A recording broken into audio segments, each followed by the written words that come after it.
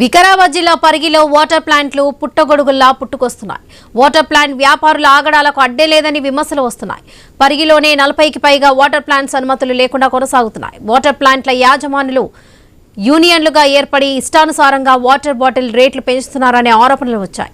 20 లీటర్ల వాటర్ డబ్బాకు 25 రూపాయలు వసూలు చేసి దండుకుంటున్నారని ప్రజలు అంటున్నారు. ఒక్క వాటర్ ప్లాంట్కి కూడా ISI పర్మిషన్ ఉండదు. వాటర్ టెస్టింగ్ ల్యాబ్ కూడా ఉండవని చెబుతున్నారు.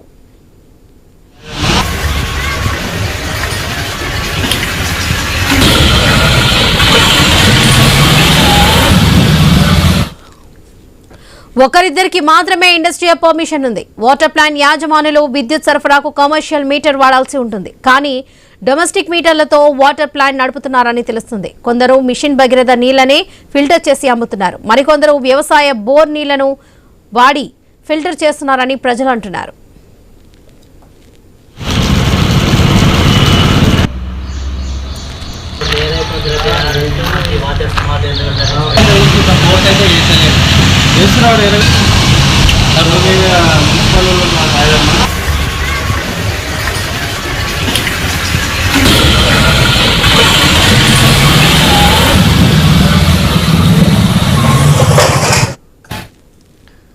జిల్లా వ్యాప్తంగా ఇంత జరుగుతున్న అధికారులు పట్టించుకోవడం లేదనే ఆరోపణలు వస్తున్నాయి. ఇప్పటికైనా వాటర్ బోర్డు అధికారులు, మున్సిపల్ అధికారులు, విద్యుత్ శాఖ అధికారులు స్పందించి ఇష్టానుసారంగా వాటర్ ప్లాంట్లు ఏర్పాటు చేసిన వారిపై చర్యలు తీసుకోవాలని ప్రజలు కోరుతున్నారు.